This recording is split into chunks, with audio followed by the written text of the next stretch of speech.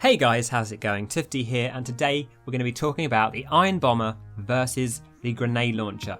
But not in like a statsy kind of way. I'm not a big fan of videos that just list out the stats of a weapon. I find them a bit dull. I'm going to talk about my own humble and honest opinions about the weapons, and particularly about the Iron Bomber, let's be honest. This is something that's been requested loads from you guys. People have been asking, okay, I want to see some Iron Bomber footage and I want to hear your opinions on the weapon. So hopefully this will address both things, and we're going to throw some footage in the background of me using the weapon, mainly on Snowy Coast, because I had to play this map a lot recently for an upcoming video. But yeah, I hope you enjoy the footage.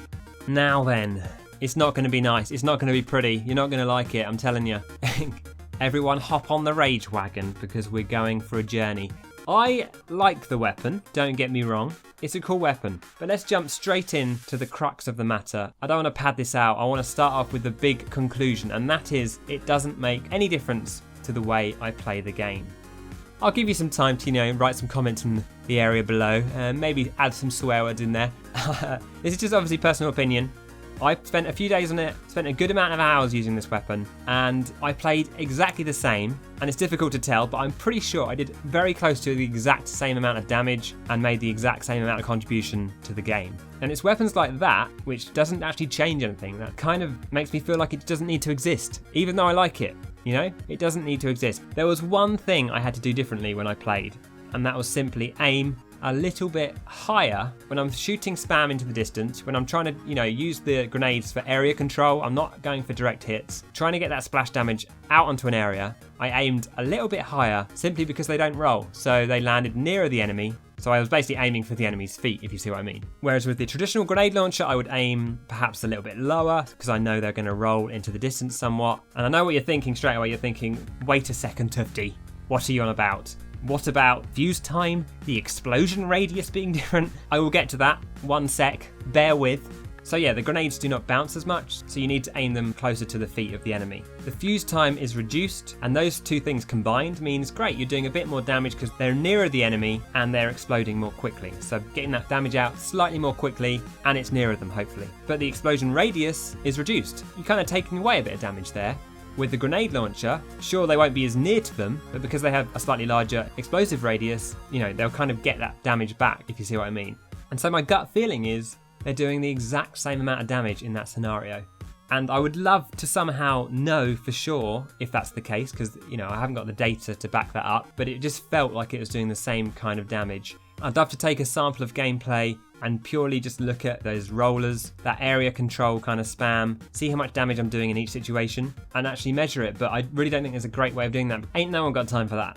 So yeah, that feels like it doesn't make a huge difference in that scenario. So let's try and take a look at some of the other things that may be impacted by switching to the Iron Bomber. So let's look at direct hits. That's the other big main usage of grenades.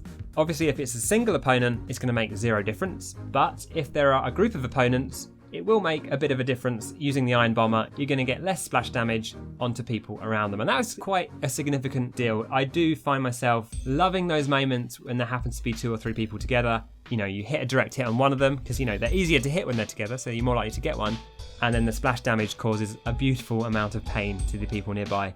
But to be fair, those scenarios are kind of few and far between. So I'm willing to kind of dismiss that for the sake of this argument.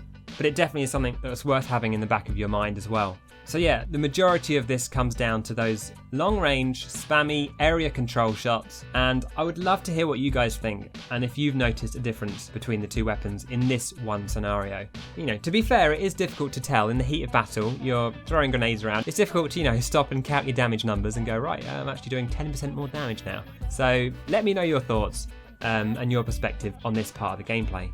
Okay, so there's a couple of final things I wanted to chat about. Firstly, some of the more subjective things, so like the look, the feel, the sound. I think this gun looks amazing, I have to say. I actually may even prefer it over the stock grenade launcher. I know, blasphemous.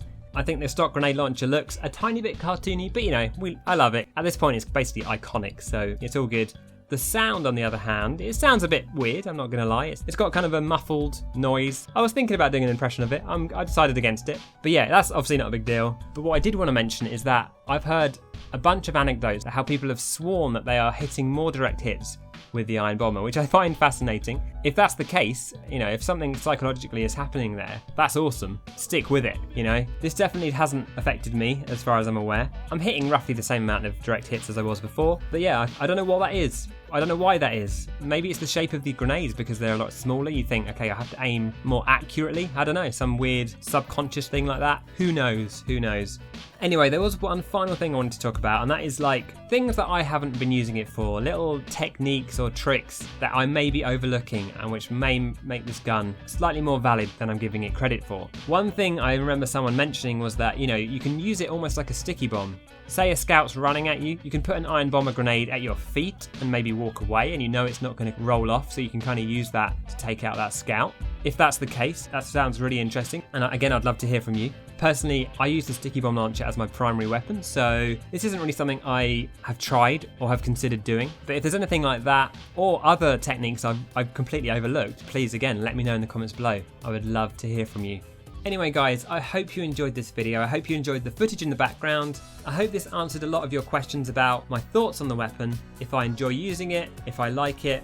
The answer is I do like it, but as I've said in another video, weapons like this, where they just make zero difference to your gameplay, and more importantly, the way you're playing the game. It's not even about how much damage you're putting out. You almost want it to put the same amount of damage out in the long run, but it's just the way I play the game.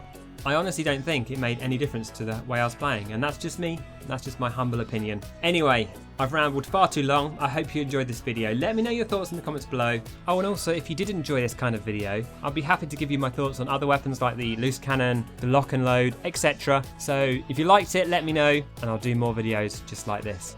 Thanks for watching, and I'll see you guys in the next video.